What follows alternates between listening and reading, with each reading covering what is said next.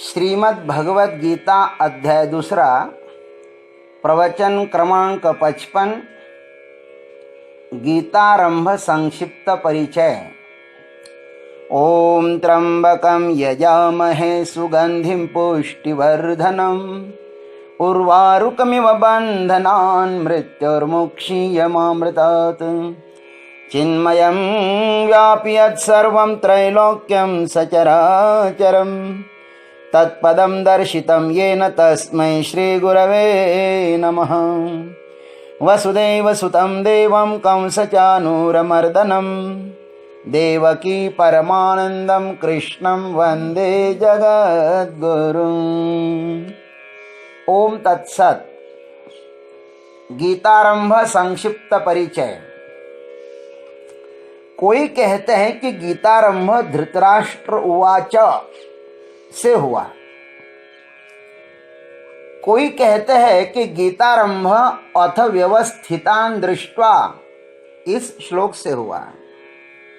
कोई कहते हैं कि गीतारंभ अर्जुन की शरणागति कार्पण्य दोषोपहत स्वभावः पृच्छामि त्वां धर्म सम्मूढचेताः यश्रेयस्यान्निश्चितं ब्रूहि तन्मे शिष्यस्तेऽहं शाधि मां त्वां प्रपन्नम्।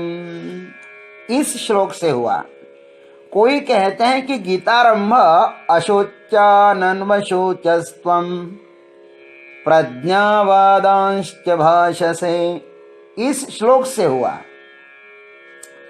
लेकिन हमारे शंकराचार्य जी महाराज क्या कहते हैं, आइए उनके शब्दों में हम सुने। दृष्ट्वा तु पांडवानीकम, इस पहले अध्याय के द्वितीय श्लोक से लेकर नयोत्से इति गोविंदम, दूसरे अध्याय के 9वें श्लोक तक जो कुछ भी शास्त्र कहा गया है वह प्राणियों के हृदय में स्थित जो शोक मोहादि संसार के बीजभूत दोष है उसको बताने के लिए ही है। मोह के कारण ही अर्जुन अपने क्षत्रिय धर्मों को छोड़कर भिक्षा मांगना, यह दूसरों का धर्म स्वीकारने में प्रवृत्त हुआ है। इस प्रकार जो भी शोक मोह से पीड़ित है उससे स्वधर्म का त्याग और परधर्म का सेवन सहज ही हो जाता है। शोक मोह से ग्रस्त व्यक्ति यदि स्वधर्माचरण भी करे तो उनके पीछे फलाकांक्षा तथा अहंकार ही विद्यमान रहता है और इसी फलाकांक्षा एवं अहंकार के कारण उसको पाप और पुण्य ये दोष लगता है और पाप और पुण्य के कारण उसे अच्छे बुरे योनि में जन्म लेना पड़ता है। तब उसको सुख दुख भी भोगना पड़ते हैं, फिर शोक होगा और इस प्रकार का यह चक्र सदा सर्वदा चलता ही रहेगा। अतः यह शोक मोह संसरण का बीज ही है। संसरण का बीज क्या है? शोक और मोह जो अर्जुन को हुआ है। शोक और मोह की निवृत्ति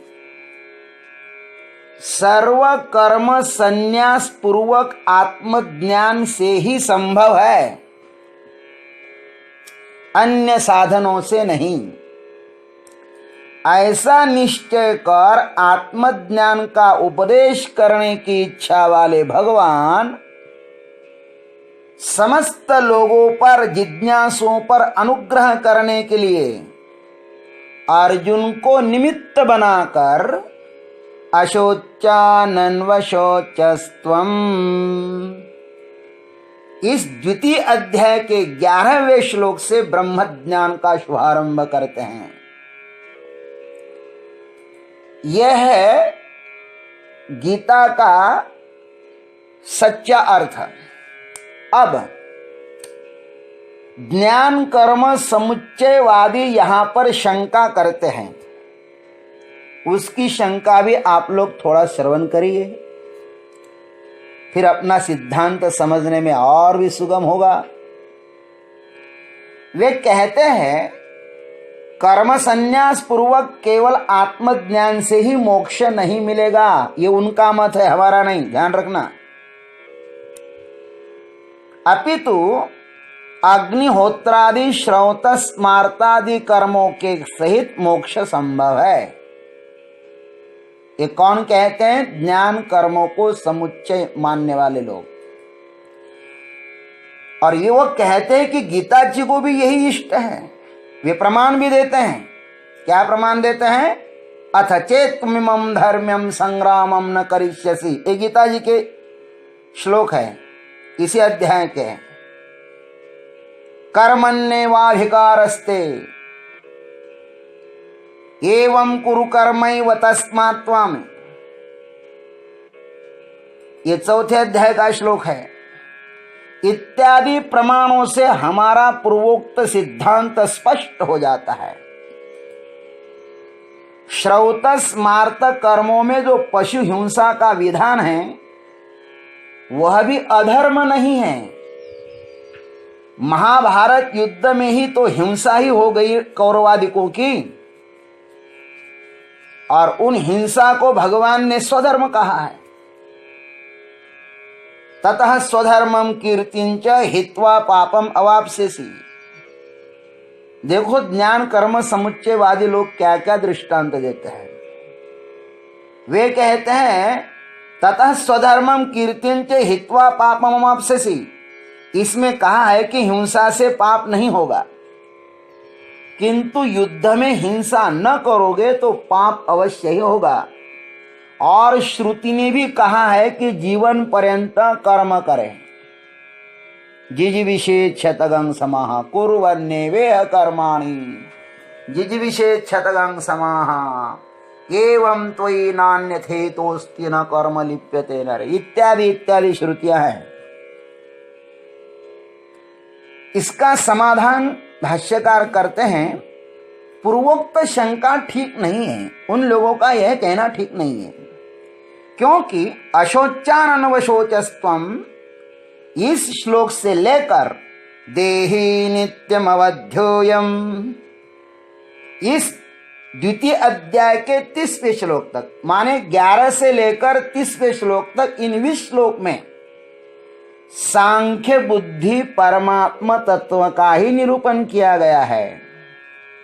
आत्मा अकर्ता है, आत्मा षड विकारों से रहित है, इत्यादि वर्णन होने से यह सांख्य बुद्धि है। वह जिन अधिकारियों के लिए होती है वह सांख्य योगी है। तुम्हारा बुद्धि योग क्या है? सुनिए, उपर्युक्त सांख्य बुद्धि उत्पन्न होने से पहले आत्मा की देहादि से पृथकता करना, कर्तापन भोक्तापन मानने की अपेक्षा रखने वाला तथा जो धर्म अधर्म के विवेक से युक्त मार्ग है, मोक्ष साधनों का अनुष्ठान करने के लिए ही चेष्टा करना ही जिसका स्वरूप है वह योग है। और तद्विषेक जो बुद्धि है वह योग बुद्धि है। वह जिन अधिकारियों के लिए होती है वह बुद्धि योगी व्यक्ति है। ये बुद्धि योग है। एषा ते विहिता सांख्ये बुद्धिर योगे त्विमाम शृणु। इसमें 2 बुद्धियों का स्पष्ट ही निर्देश किया गया है। आगे भी कहेंगे, लोकेस्मिन् द्विधा निष्ठा पुरा प्रोक्ता मया नघ। ज्ञान योगी के लिए सांख्य बुद्धि और कर्म योगी के लिए योग बुद्धि। एक में कर्तृत्व भाव है और दूसरी में अकर्तृत्व भाव है। अतः एक ही पुरुष में एक साथ इन दोनों का होना असंभव ही है। गीता जी में इन दोनों का पृथक पृथक वर्णन किया गया है। श्रुतियों में भी इस प्रकार से दोनों के लिए अलग अलग वर्णन किया गया है। याज्ञवल्क्य जी और गार्गी देवी जी के संवाद में देखा जाता है। तीसरे अध्याय में अर्जुन ने स्पष्ट ही पूछा कि इन दोनों में श्रेयस्कर कौन है। इसका अभिप्राय यह है कि दोनों एक नहीं है। वहां पर भगवान ने उत्तर भी अर्जुन के प्रश्न के अनुरूप ही दिया है, क्योंकि सामने अर्जुन बैठे हैं। सामने यदि शंकराचार्य बैठे होते, शुकाचार्य बैठे होते, तो शायद गीता जी का उद्देश्य फिर और हो जाता। लेकिन जैसा श्रोता सामने बैठा हो ना, वैसा वर्णन किया जाता है, वैसा वक्ता को बताना पड़ता है। अतः वहां पर भगवान ने उत्तर अर्जुन के प्रश्न के अनुरूप ही दिया है। अतः गीता में श्रौत स्मार्त कर्म के साथ आत्मज्ञान का समुच्चय नहीं बताया, इतना ध्यान रखना चाहिए। योगी कर्म अंतःकरण की शुद्धि के लिए ही करते हैं। स्वकर्मणा आत्मभ्यर्चम सिद्धि विन्दति मानवः, ये गीता का ही सूत्र है। फिर सिद्धि को प्राप्त हुआ पुरुष ब्रह्म को प्राप्त कर लेता है। यह आगे बताएंगे, सिद्धिम प्राप्तो यथा ब्रह्म इत्यादि श्लोक में कहेंगे। अतः केवल तत्व ज्ञान से ही मुक्ति होती है, कर्म सहित ज्ञान से नहीं। यह बात अद्वैत सिद्धांती लोगों को ध्यान में रखना चाहिए, और यही भगवान को अभिप्रेत है, और यही अद्वैत वेदांत का सिद्धांत है। जो धर्म के संबंध में मोहित चित्त हुआ है और महान शोक सागर में डूब रहा है, ऐसे अर्जुन का बिना आत्मज्ञान उद्धार असंभव ही है। ऐसा निश्चय कर अर्जुन का उद्धार करने की इच्छा वाले भगवान आत्मज्ञान की प्रस्तावना करते हैं, और वह प्रस्तावना क्या है, हम लोग उसको कल देखेंगे। आज इतना ही। जय गुरुदेव, जय जगदीश्वर, जय जय महाकाल।